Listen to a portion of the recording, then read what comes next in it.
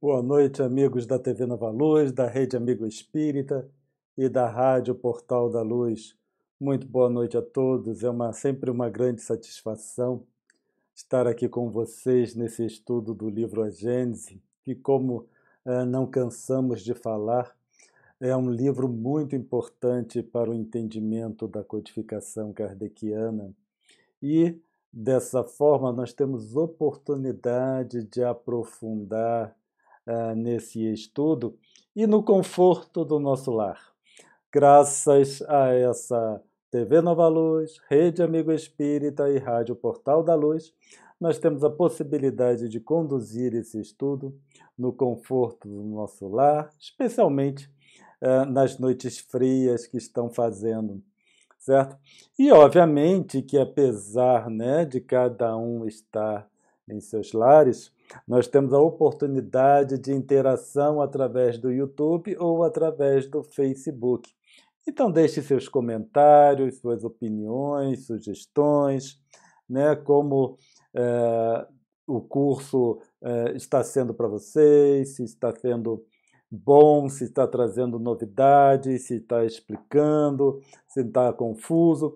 Então, é sempre bom esse feedback para nós irmos ajustando o nosso estudo e as nossas colocações de acordo com o retorno de vocês. Nós gostaríamos de dar boa noite, né? Especialmente para que gostaríamos de falar o nome de todos, mas infelizmente não dá tempo. Mas a Ana Paula, que ela é aqui do Rio de Janeiro, Ana Paula Fraga, lá de Mesquita, muito boa noite. A Gláucia Werneck, a Fátima Mota, de Mogi das Cruzes, em São Paulo, certo? Tantas, Rosângela Lira, Enira Feula, muito boa noite. Paulo César Felipe, boa noite. Andresa Miranda, Zuleika Alves, boa noite. Marinalva Melo, Marta Ribeiro, de Valença, Bahia. Sejam todos muito bem-vindos ao nosso estudo aqui da Gênese. Então, dando continuidade aqui às nossas colocações, e lembrando que nós estamos trabalhando agora o capítulo 2, falando sobre Deus. E nesse livro 2, fala, né, traz muita informação, é um capítulo complexo, mas que se for estudando, lendo com cuidado e devagar, vai fazendo todo sentido. E, especialmente, eu queria convidar vocês para ler o livro da Gênese, né, o capítulo 2, enquanto estamos conduzindo o nosso estudo, mas olhando agora com os novos olhos, né, lendo o texto com novos olhos, baseado no que nós vamos falando aqui, nos conceitos que nós vamos trabalhando, e especialmente, né, para verificarmos se, né, o entendimento está diferente. O importante é ter um entendimento diferente, um entendimento mais profundo. A Andresa Miranda, respondendo aqui, né, ao meu pedido, ela diz que para ela está ótimo. Nunca consigo assistir ao vivo, mas sempre acompanho os estudos que ficam na playlist. Então, hoje, felizmente, ela está aqui nos acompanhando ao vivo. Muito obrigado, Andresa. Marinalva Melo, boa noite. Ana Correia, boa noite. Então, dando continuidade aqui ao nosso estudo, se vocês lembram, nós estamos tratando da questão de Deus único e o pensamento abstrato. Então, nós optamos, né, quando fomos pensar a respeito desse capítulo, nós optamos por fazer uma análise dessa questão de Deus único, para tentar ver se a nossa compreensão a respeito de Deus, né, considerando várias coisas correlacionadas a essa questão de Deus único, se vamos aos poucos desenvolvendo esse pensamento abstrato acerca da divindade. Especialmente porque, como nós já falamos, né, em alguma aula anterior, quando pensamos em saúde, precisamos pensar em um estado saudável deste sistema. Qual é o sistema? Espírito, perispírito e corpo físico. Um estado de dúvida não é compatível com um estado saudável. Então, essas questões que são importantes, e Deus é uma questão muito importante para nós, né? Nós tentarmos conceituar para nós mesmos Deus da forma como nós conseguimos compreender, vai nos conduzir de uma condição de crença para uma condição de certeza da existência desse Deus. Porque é com esse Deus que nós estamos ligados a todo o momento. Nós nunca perdemos essa ligação com Deus, porque, afinal de contas, Deus é nosso Pai e ampara por todos nós. E na semana passada, nós terminamos com esse slide. Nós estamos falando das divergências de opinião com relação a Deus. Então, nós abordamos várias questões correlacionadas, né, a essas divergências de opinião. E dessas divergências de opinião surge a intolerância religiosa, porque cada um deseja impor o seu conceito de Deus para o outro. Ou então a não aceitação do entendimento de Deus daquela pessoa ou daquela vertente religiosa ou de pensamento qualquer. Então, dessa forma vai surgindo essa intolerância religiosa, porque cada um acredita ser detentor da verdade. E surge da mesma forma que a intolerância política ou de futebol, chegando à culminância de guerras em nome destes diferentes conceitos de Deus. Então, nós colocamos que é preciso ouvir. Então, um estado de certeza, uma condição, né, harmoniosa com relação à conceituação pessoal sobre a divindade, nos conduz a ouvir a opinião do outro, nos conduz a ouvir o que o outro tem para falar sobre Deus, sem que nos molestemos e sem sentir a necessidade de impor a nossa crença para o outro. Então, mas nada impede, já que estamos ouvindo, também, obviamente, de falar a nossa opinião, dependendo da situação, se houver espaço.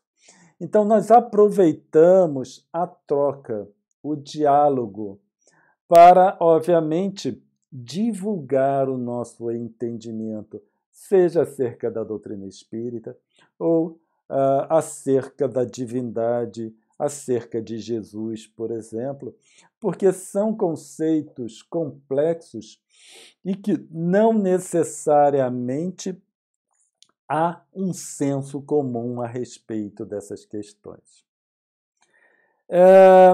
Nós tentarmos rotular as coisas, certo? Especialmente em se tratando de conceitos abstratos como esse, pode conduzir a equívocos um tanto quanto complicados, né, no processo de interação. E aí eu gostaria de discutir com vocês hoje, que é algo que estamos percebendo, uma tendência de, no movimento espírita, se referir ao espiritismo como espiritismo cristão. Né? Então, se falar porque eu sou espírita cristão ou o espiritismo cristão. Primeiro, não há outro espiritismo. Não existe o espiritismo que não esteja ligado aos ensinamentos de Jesus. Então, por isso, espiritismo cristão seria para diferenciar do que, na verdade, nós não conseguimos entender, nós não temos certeza do que move, né, a acrescentar a palavra cristão após o termo espiritismo ou após o termo espírita. Certa feita, nós ouvimos de uma companheira que se denominava para os outros como espiritismo cristão, para distinguir de outras vertentes religiosas, né, que também se chamam de espiritismo. Uma coisa que é interessante, por exemplo, né, com relação à Umbanda, que muitos acreditam que a Umbanda não está, né, não considera os conceitos de Jesus. Mas a Umbanda, de acordo, obviamente, com os seus adeptos, a Umbanda também é uma religião cristã, porque eles também consideram Jesus, certo? Nos seus conceitos ou no seu corpo doutrinário. Então, né, se quiser se diferenciar, aplicando o termo cristão, também, né, não vai conseguir o intento. E é sempre bom, né, nós pensarmos nas outras vertentes religiosas como irmãs. Então, eu acho, né, isso é uma opinião particular, que nós queiramos utilizar de uma abordagem qualquer para fazer uma distinção, né, no sentido de fazer uma distinção assim bem, como é que eu posso dizer, incisiva, eu acho complicado, porque pode, obviamente, induzir o outro a considerar que nós temos algum tipo de preconceito ou o que seja. Porque uma coisa que é interessante, que nós nunca pensamos, né, a reação dos outros com relação aos nossos conceitos. Quando eu falo nossos conceitos, os conceitos espíritas. Então, por exemplo, para uma vertente religiosa, Jesus é Deus. Para nós, não é Deus. Agora, vamos imaginar uma pessoa dessa vertente religiosa nos ouvindo dizer que Jesus é um espírito como nós. Foi criado da mesma forma que eu fui criado, certo? Também é um filho de Deus igual a mim. Então vamos imaginar, né, essa outra pessoa ouvindo alguém, no caso nós, espíritas, falando sobre o Deus deles e equiparando o Deus dele a nós, trazendo uma visão humana para a divindade, né, de acordo com seu conceito, de acordo com seu entendimento. Então, uma postura, né, mais tranquila, no sentido de que, né, com as nossas crenças, os nossos conceitos, né, dos outros para conosco, também vai levar, né, de nós para com os outros, também vai levar ou vai conduzir uma postura tranquila dos outros para conosco. Porque a partir do momento que eu digo que Jesus não é Deus, é um espírito igual a mim, se aquela outra pessoa também tem uma postura tranquila, ela simplesmente vai ouvir isso e não se molestar, mesmo eu humanizando o Deus segundo a crença dessa pessoa. Então, da mesma forma que eu espero que aquela pessoa aceite o meu entendimento, por exemplo, com relação a Jesus, eu também devo aceitar o entendimento dele ou dos outros com relação a Deus e também com relação a Jesus. Tá certo? Vamos ler aqui, existem alguns comentários, o pessoal postou alguns comentários e eu gostaria de ler. A Gláucia, ela diz o seguinte: sempre peço a Deus a minha saúde física, mental e espiritual. Quando trabalho aplicando o passe na casa espírita que frequento, peço o mesmo para os meus irmãos. A Andressa diz, já ouvi muito se falar quando alguém vai se referir ao espiritismo dizendo espírita kardecista. Andressa, a partir do momento que surge, né, por isso que nós precisamos ter cuidado com essa diversificação de nomenclaturas. Porque a partir do momento que alguém se intitula, né, e isso está tomando corpo, espírita cristão ou espiritismo cristão, aquele, né, que pretende se manter nas origens vai precisar se definir como espírita kardecista. Então, né, espírita kardecista também não é o termo adequado.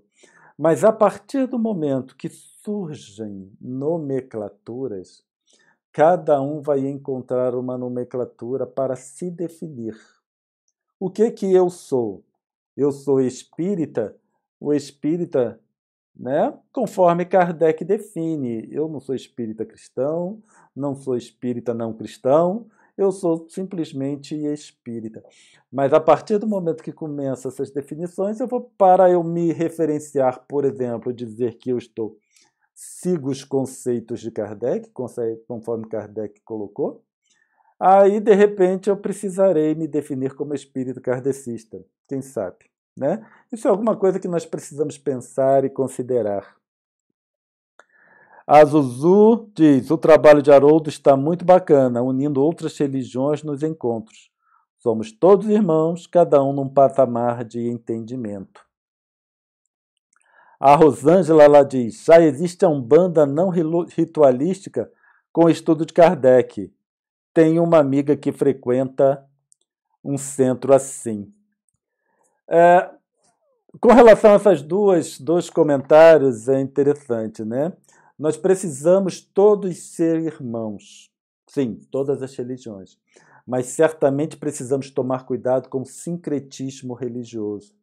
O sincretismo religioso é quando nós começamos a misturar diferentes conceitos de várias religiões em um corpo doutrinário. Então, a partir do momento que se começa a unir religiões, conceitos, né, de diferentes religiões, sem uma definição bem clara do que significa cada um conceito e a que religião aquele conceito pertence, pode surgir sim o sincronismo religioso. Então, todo cuidado é pouco. E a nossa colega a Rosângela Lira, ela falou que já existe a Umbanda não ritualística que estuda Kardec. Uma das origens da Umbanda é o Espiritismo, certo? Então, não é alguma coisa assim que já existe, porque a Umbanda, quando nós vamos olhar, né, a história da Umbanda, como ela surgiu, nós podemos dizer que ela surgiu num centro espírita. E isso é bastante interessante porque muitas vezes nós não nos damos conta, né, de como uma religião surge, por exemplo, a Umbanda, como ela surgiu. Quando nós vamos olhar, né, como ela começou com uma pessoa, um indivíduo. A Umbanda, deixa eu ver se eu acho o nome dele aqui, que eu não lembro de cabeça. Era uma pessoa... Isso começou em Niterói. A Umbanda começou em Niterói. Era um jovem, na época era um jovem, né? Zélio Fernandino de Moraes. Ele vivenciava, né, o que eu vou traduzir aqui como fenômenos mediúnicos e, né, estava relacionado também a uma enfermidade, então um quadro assim bastante complexo. E ele foi a vários médicos e nenhum conseguia um diagnóstico, né, do que ele tinha e uma forma de obter a cura. E aí ele foi levado pelos familiares a um centro espírita, a Federação Espírita de Niterói. Lá nessa Federação Espírita houve uma sessão, certo? de mediúnica e convidaram o Zélio para fazer parte. E ali ele incorporou. Ele incorporou espíritos que se apresentavam como negros, escravos, índios, caboclos, sabe? Aquele grupo de espíritos que são comuns na Umbanda. Só que, e isso é bastante interessante, vocês encontram isso na Wikipedia e também tem no site da InfoEscola. E isso é interessante, né, de nós vermos. Então, lendo aqui na Wikipedia, incorporou um espírito, se levantou durante a sessão e foi até o jardim buscar uma flor e colocá-la no centro da mesa, contrariando a regra de não poder abandonar a mesa uma vez iniciada a sessão.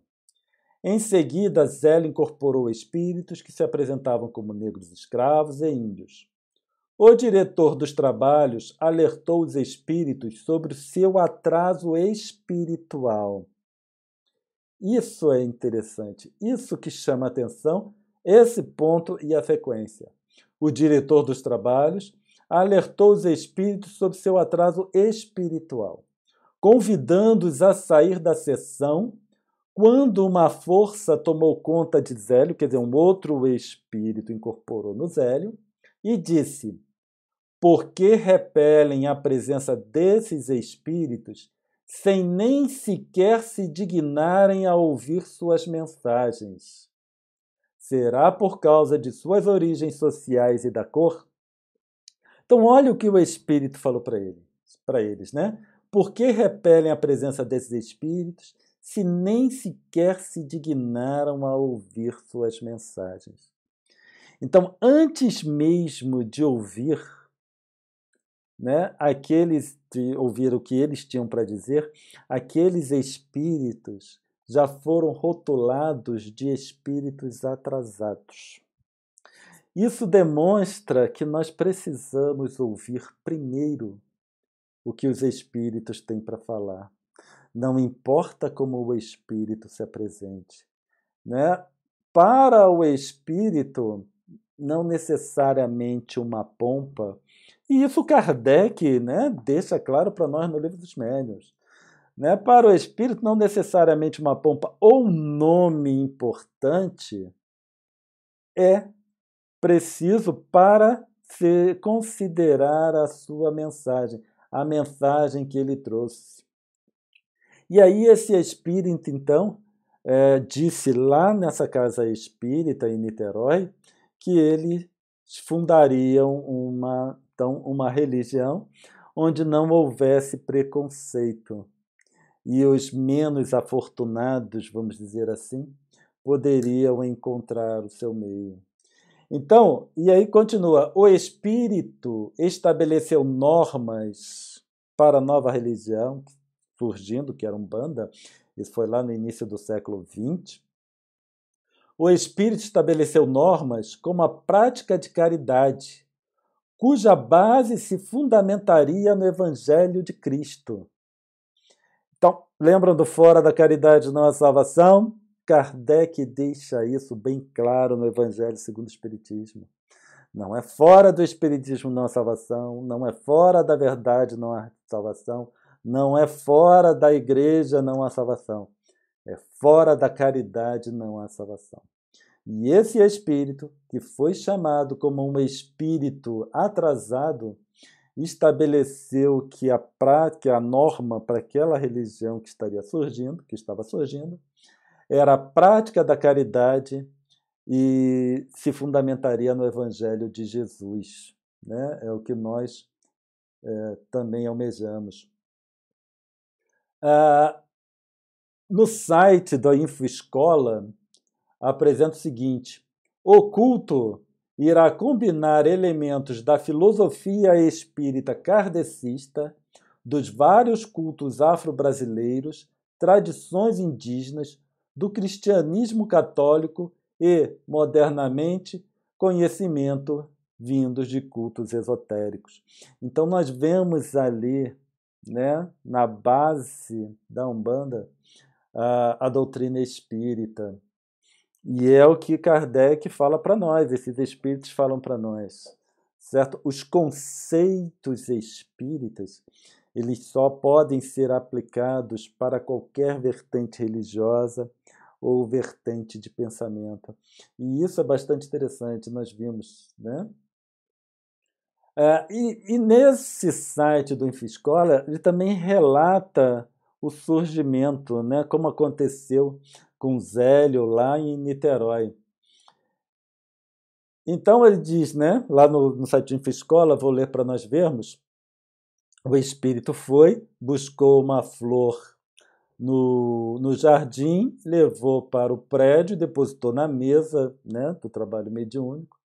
Atordoados, os outros participantes da sessão começaram a incorporar espíritos que se intitulavam pretos escravos e índios. De acordo com a tradicional linha kardecista, somente espíritos evoluídos, de doutores, intelectuais, pensadores, deveriam ser incorporados. Essa é uma informação que consta no site do Infescola, né? Então é um site que traz informação para estudantes, pesquisando, traz informação para estudantes, e é esse o entendimento que se tem da doutrina espírita. Espíritos como os referidos, né? Pretos velhos, escravos, etc., eram considerados atrasados e deveriam ser evitados, certo? Lembrando que a codificação espírita, ela também contou com espíritos, né, de conhecimento mais baixo, enquanto Kardec codificava. Não estou querendo dizer com isso que esses espíritos têm conhecimento mais baixo, mas o que eu estou querendo dizer é o seguinte, que todos os espíritos podem contribuir, e nós não devemos usar de preconceito. E ainda na Infescola, seguem-se diálogos entre as entidades acerca do que é realmente um espírito atrasado ou não. Então, aqueles espíritos que foram chamados de atrasados, iniciaram um diálogo para explicar para aqueles que estavam ouvindo o que realmente é um espírito atrasado ou não. Por fim, o espírito que incorporar em Zélio se revela como o caboclo de 7 flechas. O senhor dos caminhos que, desconcertado com o preconceito racial e cultural dos praticantes kardecistas, então esse espírito, né, desconcertado com o preconceito racial e cultural dos praticantes kardecistas, anuncia que irá criar uma nova religião, onde os negros e índios, considerados espíritos atrasados, poderão se manifestar e dividir com a humanidade seus conhecimentos. Né? Então, nós precisamos ter muito cuidado com a nossa posição, com a nossa postura diante das outras religiões, diante de espíritos que se manifestam nas nossas casas espíritas. Né? O respeito passa a ser fundamental e precisamos ouvir antes de colocar. Porque, como dizia já Jesus, né? É muito mais fácil nós vermos o argueiro no olho do outro do que a trave no nosso próprio olho. Então, qual é a nossa postura? Como nós conduzimos o nosso estudo? Como conduzimos a nossa crença? Gostaria de ler alguns comentários. A Andressa fala: eu nasci e cresci numa família umbandista, mas sigo o espiritismo e amo essa doutrina. O Daniel: a saúde emocional é tão importante quanto a clínica. Se o equilíbrio espiritual voltado para a finalidade da reencarnação nos impulsiona a praticar os fundamentos da igualdade, fraternidade em tudo, exatamente, Daniel, né? Nós vamos alcançar o nosso equilíbrio, a nossa harmonia, né? quando nós nos considerarmos como irmãos. O Edson, temos que fazer o bem sem olhar o quem. A Rosângela diz, acho que as casas espíritas são várias, mas a família espiritual é uma só, cada um no seu momento espiritual.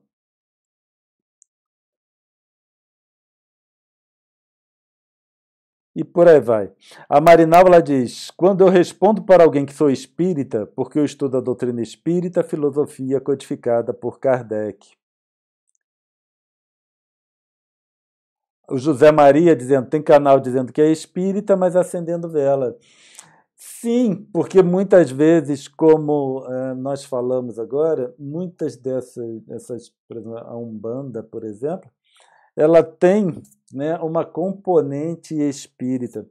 E daí, né, o termo espírita se torna comum. A Enilra, ela diz, eu estudo também Marinalva, mas não frequento nenhum centro espírita. Só a TV Nova Luz me sinto espírita cristã. A Marlene, quando frequentamos um centro ou casa espírita, os estudos e palestras contribuímos em muito no aprendizado e nas doações de ectoplasma para os trabalhos mediúnicos. Sim. Nira, não julgo nenhuma religião do bem. A Ana Maria, ela diz, os espíritos que iniciaram as manifestações das mesas girantes eram de ordem inferior, mas foram bem úteis para iniciar essa doutrina maravilhosa. Cada um no seu grau de evolução. Cabe a nós, certo, estudantes da doutrina espírita, conduzir as nossas colocações, que é para abrir, ampliar a aceitação do espiritismo, de conceitos espíritas. Quanto mais tranquilo nós formos, né, quando expomos nossos conceitos, especialmente evitando, né, posturas como se o espiritismo fosse melhor, se o espiritismo fosse mais avançado, mas nós sempre temos que pensar que os espíritos que codificaram a doutrina são muito avançados, mas nós somos apenas estudantes, certo? Então também não podemos nem devemos nos equiparar a essa espiritualidade bondosa. E acabou que, né, já passaram 33 minutos, nós tínhamos muitas coisas para falar, e vamos, né, alguns slides, vamos tentar apresentar uns slides só para voltarmos ao nosso tema. Então, o monoteísmo e politeísmo, o monoteísmo nós podemos dizer que é vigente no seio dos adeptos de uma mesma religião ou vertente de pensamento. Mas o politeísmo, essa multiplicidade entre as diferentes religiões ou vertentes de pensamento.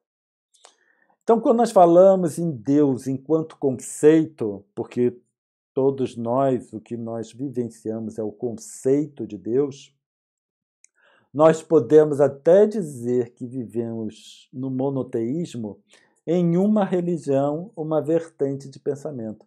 Mas quando nós pensamos em várias religiões, nós estamos falando em politeísmo, porque no final, né, cada um traz a sua conceituação e o seu entendimento acerca do que trata. Então, o quanto foi efetivo o conceito de Deus único? Primeira pergunta. A segunda pergunta, Deus se importa? Terceira pergunta, qual a necessidade do conceito? E quarta pergunta, qual a importância para o indivíduo? No final, né, quando nós pensamos na efetividade do conceito, nós temos que ele é efetivo para grupos, conforme ele foi apresentado, conforme ele surgiu. Ele surgiu lá em Moisés, para aquele povo. Então, quando nós falamos em povo, ele até é efetivo, não em todos os povos, no meio de todos os povos. Mas quando nós falamos em povo, em religiões específicas, ele é efetivo. Deus se importa? Não.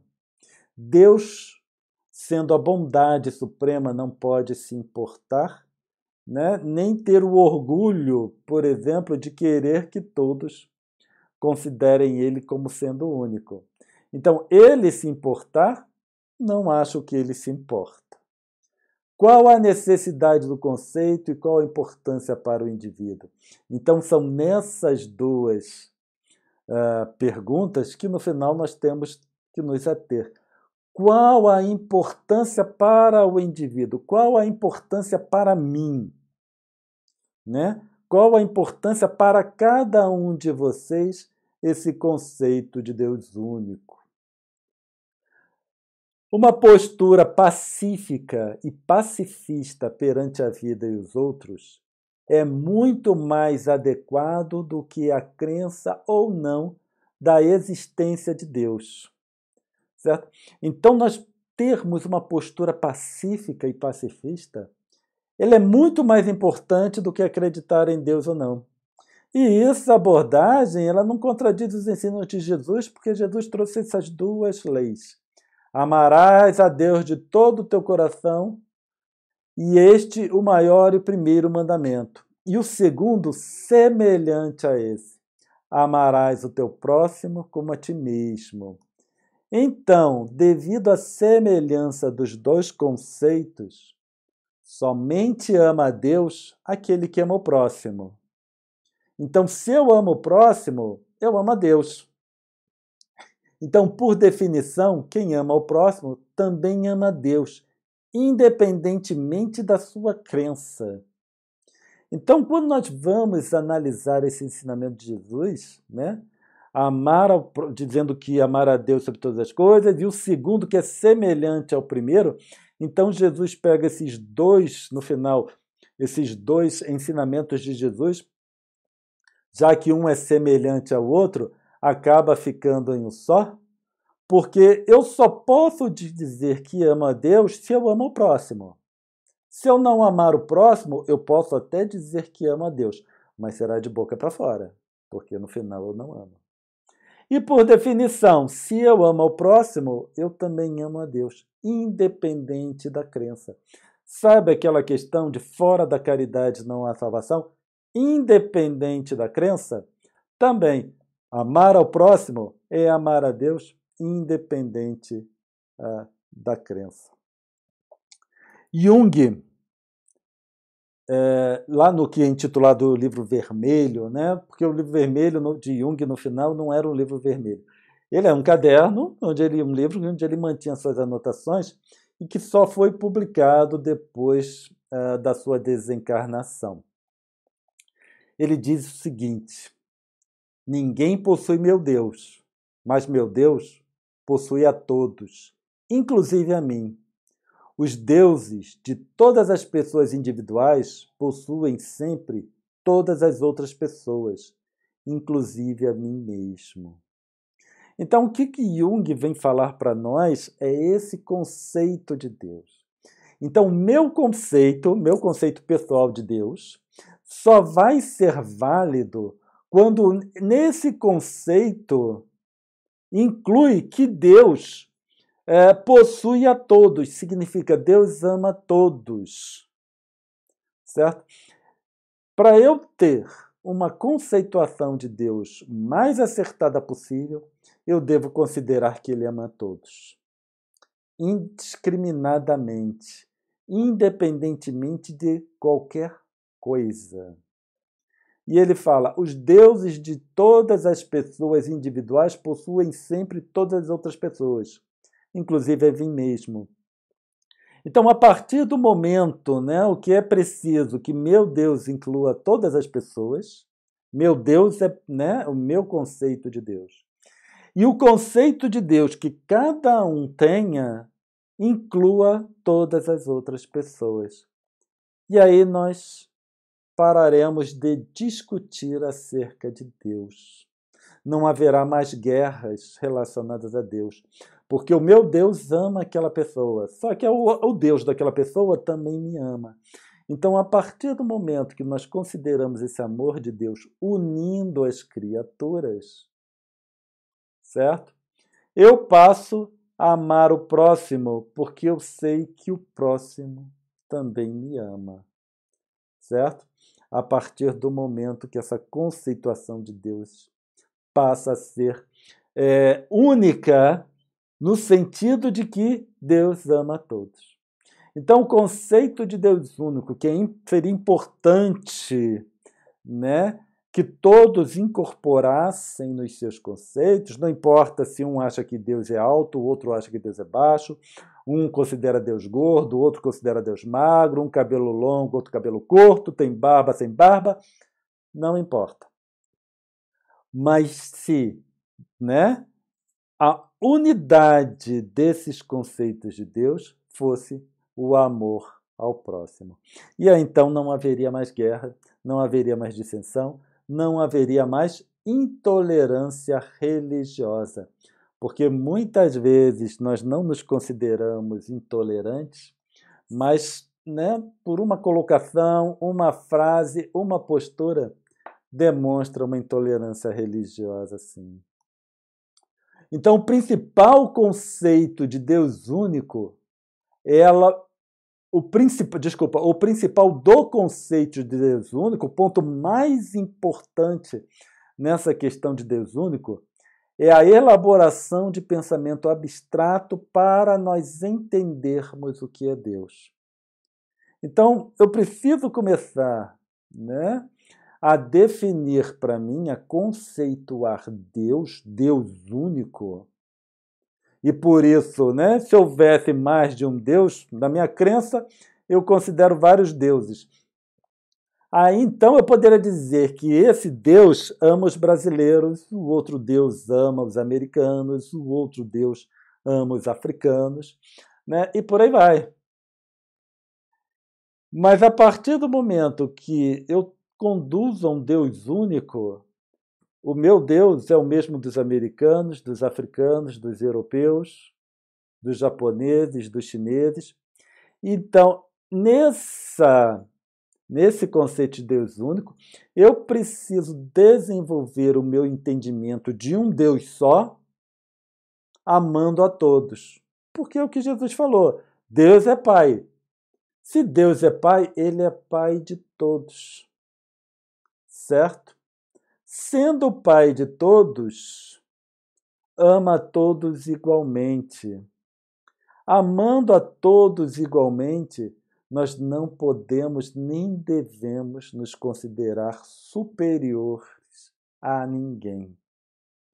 Nós não podemos considerar que o nosso entendimento seja superior ao entendimento das outras pessoas, porque Deus é um só.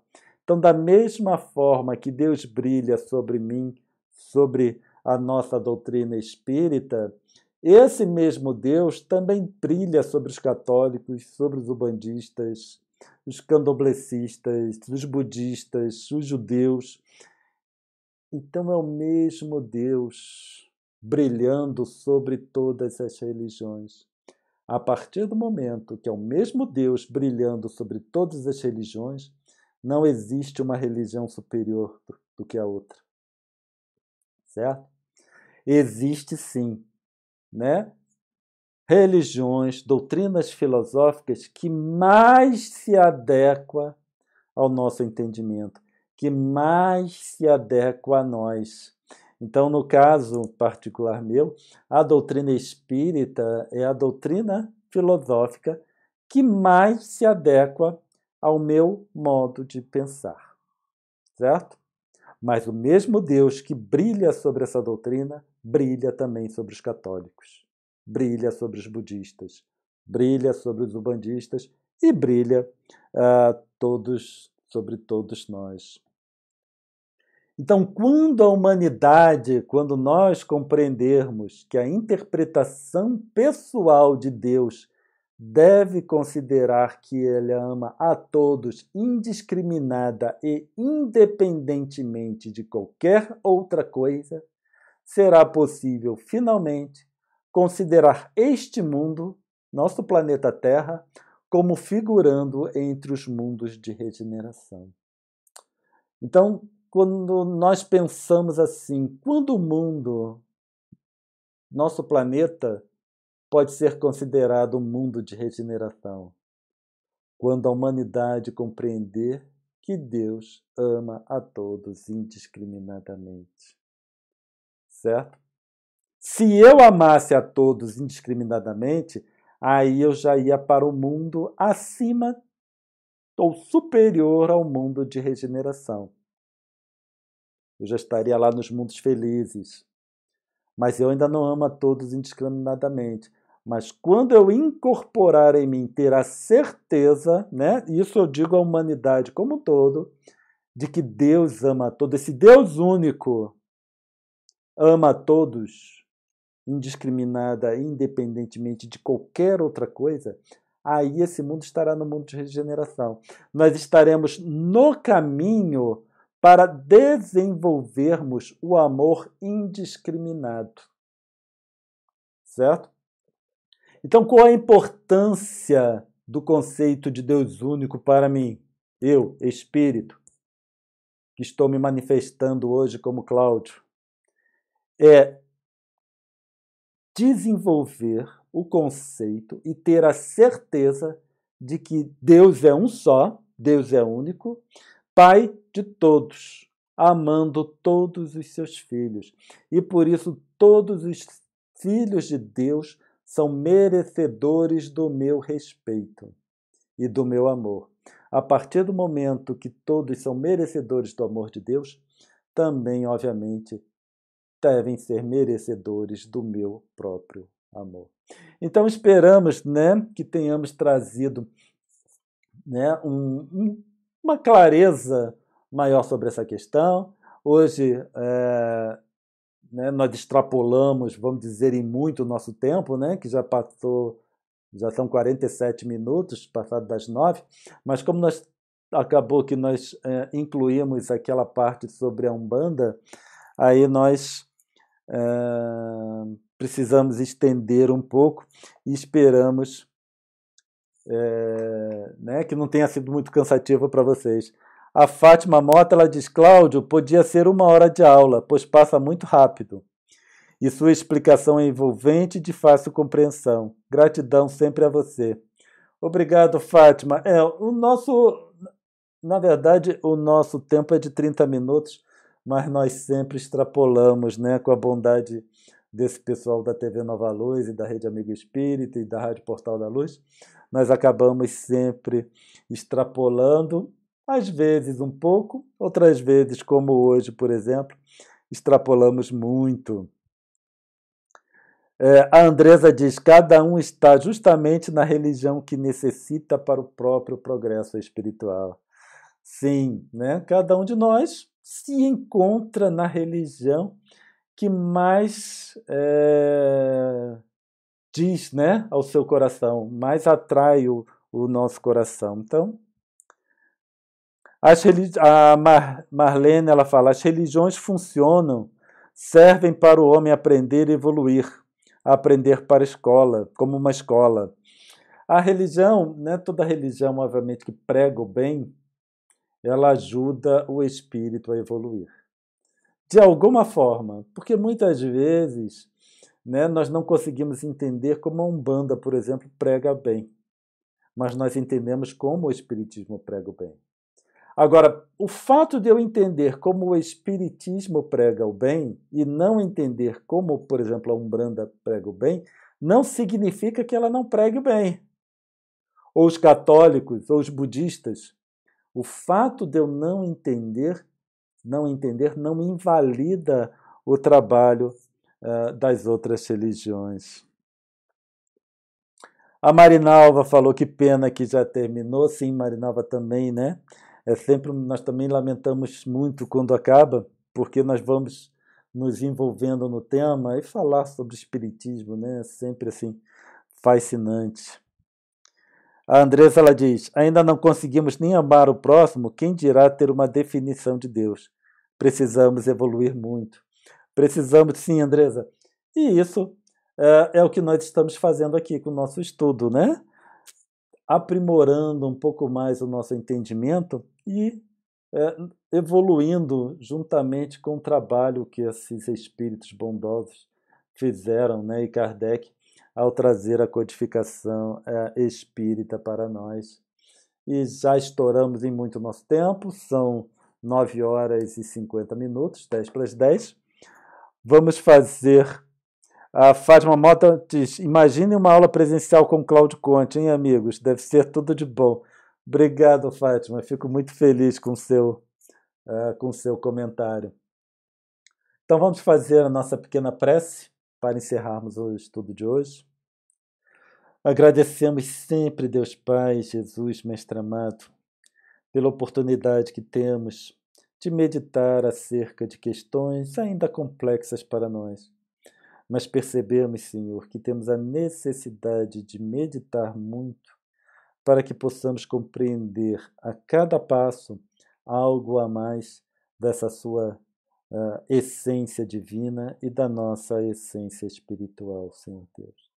Que possamos continuar nos esforçando para podermos nos enxergar como espíritos e também, Senhor, principalmente, enxergarmos a Ti como Pai de todos nós.